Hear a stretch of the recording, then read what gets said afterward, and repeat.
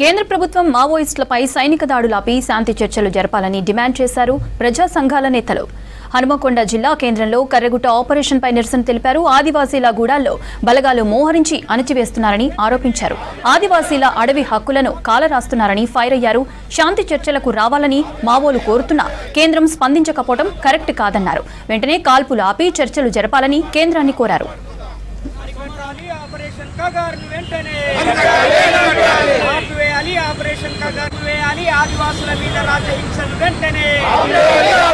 దేశంలోని రాష్ట్రాల్లో ఉన్నటువంటి అటవీ ప్రాంతంలో లక్షలాది విలువ చేసే ఖనిజ సంపద ఉంది.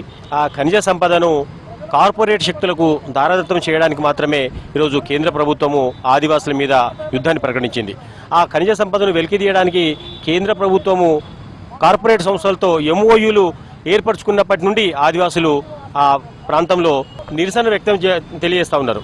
దానికి మద్దతుగా ఉన్నటువంటి మావోయిస్టు పార్టీని అక్కడ ఆదివాసుల్ని అంతం చేస్తే కానీ అక్కడ నుండి వాళ్ళని వెళ్ళగొడితే కానీ ఆ ఖనిజ సంపదను చేజిక్కించుకోలేమనే ఒకే ఒక దురుద్దేశంతో ఈరోజు ఆదివాసుల మీద యుద్ధం ప్రకటించింది. నిజంగా భారతదేశంలోని భారత పౌరుల మీదనే కేంద్ర ప్రభుత్వము యుద్ధం ప్రకటించడం తీరని అన్యాయం. ఇది ఆదివాసీ చట్టాలైనటువంటి ఎస్ఆ చట్టాన్ని కానీ 5th 6th షెడ్యూల్లో ఉన్నటువంటి అన్ని చట్టాలని కేంద్ర ప్రభుత్వం ఈరోజు ఉల్లంఘించి ఆ ప్రాంతంలో వాళ్ళ అనుమతి లేకుండా అక్కడికి వెళ్ళి వాళ్ళ మీద మనం చూస్తూ ఉన్నాం. విజువల్స్లో హెలికాప్టర్ ద్వారా అక్కడ పౌరుల మీద కాల్పులు జరుపుతూ ఉంది.